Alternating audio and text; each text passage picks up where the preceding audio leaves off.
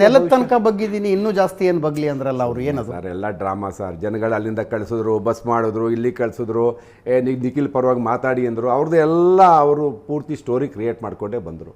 ಜನ ಯಾರು ಆ್ಯಕ್ಚುಲಿ ಅಲ್ಲಿ ಸ್ಥಳೀಯವಾಗಿದ್ದಂಥ JDSನ ಪ್ರಮುಖರು ನನ್ನ ಪರ ಇದ್ದರು. ಓಕೆ, ಇಲ್ಲ ಯೋಗೇಶ್ವರ್ ಕೊಡಿ ಜೊತೆಲಿ ಹೋಗೋಣ ಅಂತೇಳಿ. ಕುಮಾರಸ್ವಾಮಿಗೆ ಆ ಒಂದು ಗ್ರ್ಯಾಟಿಟ್ಯೂಡ್ ಇರಲಿಲ್ಲ, ಕೃತಜ್ಞತೆ ಇರಲಿಲ್ಲ ಅವ್ರಿಗೆ. ಅವ್ರಿಗೆ ನನ್ನ ಜೊತೆಲಿ ತೊಗೊಂಡೋಗ್ಬೇಕು ಅಂತ ಭಾವನೆ ಇರಲಿಲ್ಲ. ಬಟ್ ನನ್ನಿಂದ ಅನುಕೂಲ ಪಡ್ಕೋಬೇಕು ಅಂತ ಭಾವನೆ ಇತ್ತು.